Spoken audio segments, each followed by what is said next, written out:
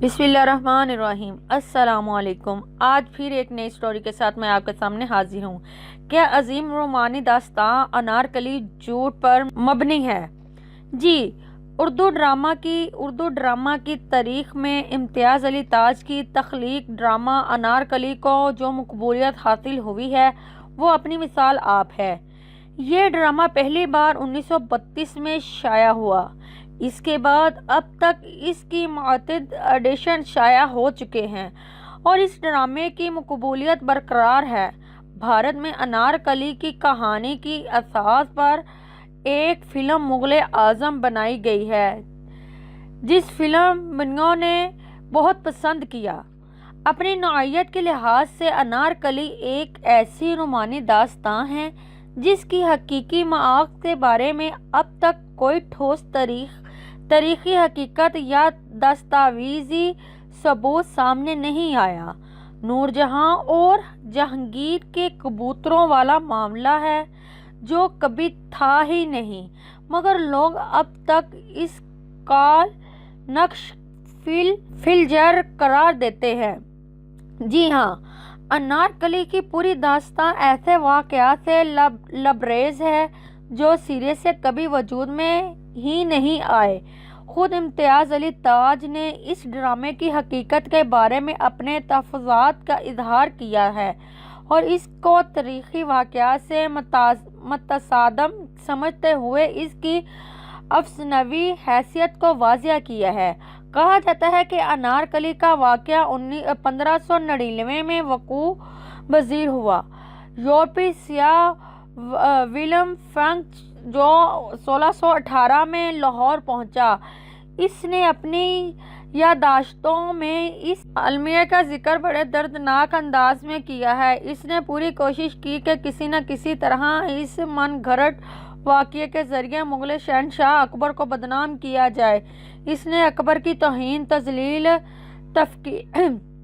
तफ़हीक और बेतौक़ीरी में कोई कसर उठा न रखी। इसके बाद 1618 में एक और यूरोपी सियाह एडवर्ड टेरी लाहौर आया। इसने भी अपने पेशरद सियाह के हाँ में हाँ मिलाते हुए इस फर्जी दास्तान को खूब नमक मिर्च लगाकर पेश किया। दरअसल ये एक साजिश थी जिसे मुसलसल आगे बढ़ाया जा रहा था। 4 साल बाद यानी 1622 में यूरोप से सयाहत की गर्ज से आने वाले एक और सियाह हर्बर्ट ने भी इस किस्से को अपनी चरब जुबानी से खूब बढ़ा चढ़ाकर बयान किया। इसके बावजूद किसी ने इन बेसरोपा इल्ज़ामात पर कान न धरा। इस ज़माने में अदब के संजीदा कारनीन ने इस किस्म के आमियाना नौइयत के बयानात को कभी लायक तानान समझा। पूरे 200 साल तक बरसगीर के लोग इस किस्से से लाइल्म रहे। किसी गैर जानिबदार मूर्ख के यहाँ इसका जिक्र नहीं मिलता। नूरुद्दीन जहांगीर ने तज़क जहांगीरी में कहीं इसका जिक्र नहीं किया। इस अहद के मुमताज़ मूर्खों वाला दास्तानी और खानी खान जो अकबर और जहांगीर की मामूली नौइयत के लग़ज़शों पर भी नज़र रखते थे, उन्होंने भी किसी मुकाम पर इस किस्से को जिक्र नहीं किया। इससे यह मालूम होता है कि यह तमाम किस्सा महज तहक़ीक़ की शदाबी है। यूरोपी सियाहों ने अपनी मनफी सोच को बराए का लाते हुए साजिश का जो बीज बोया है वो रफ्ता रफ्ता नमो पाता रहा। 1864 में मौलवी नूर अहमद चिश्ती ने अपनी तसनीफ़ तहक़ीक़ात चिश्ती में अनारकली और अकबर के इस रोमान का जिक्र किया है। 1882 में कन्हैया लाल हिंदी ने अपनी तसनीफ़ तारीख़ लाहौर में अनारकली, अकबर और सलीम के इस अलमिया किस्से का अहवाल बयान किया है। ये सिलसिला मुकामी अदीबों के हाँ एक तवील अरसे के बाद इस किस्से की बाज़ गश्त सुनाई देने लगी। सैयद मोहम्मद लतीफ़ ने बहुत बाद में अनारकली और अकबर के इस अलमिया का जिक्र अपनी तसनीफ़ हिस्ट्री ऑफ लाहौर में किया है। ये अंग्रेज़ी किताब है, 1892 में शाया हुई।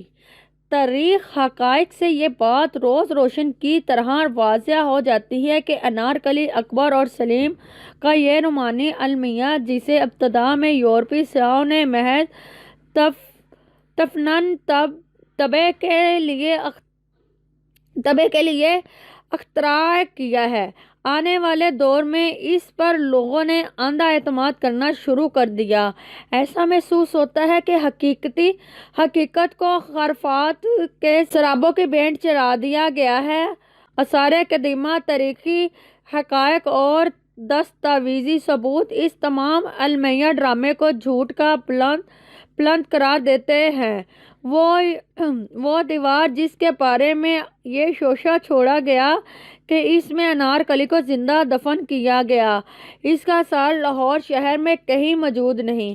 انارکلی کے تنازع پر جنرل مان سنگھ اور شہزادہ سلیم کی مسلح افواج کے درمیان جو خونریز جنگ ہوئی، اس کے میدان جنگ مرنے والوں اور زخمیوں کی تعداد کا کوئی علم نہیں۔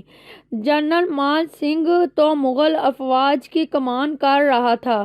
شہزادہ سلیم نے ایک بڑی فوج کہاں سے حاصل کی اور اس کی تنخواہ اور قیام طعام کا بندوبست کیسے ہوا؟ جنرل مان سنگھ کی کامیابی کے بعد شہزادہ سلیم کی حامی اور اکبر کی مخالف فوج پر کیا گزری؟ کیا اکبر کی سراغ رسانی سے اس قدر کی کمزوری تھی؟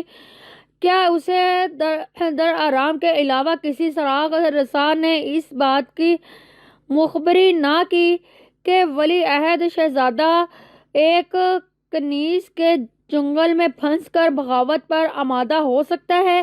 کیا اکبر اعظم کا نظام سلطنت اس قدر کمزور تھا کہ اسے اپنے خلاف سازش اور بغاوت کی کانوں کان خبر نہ ہوئی؟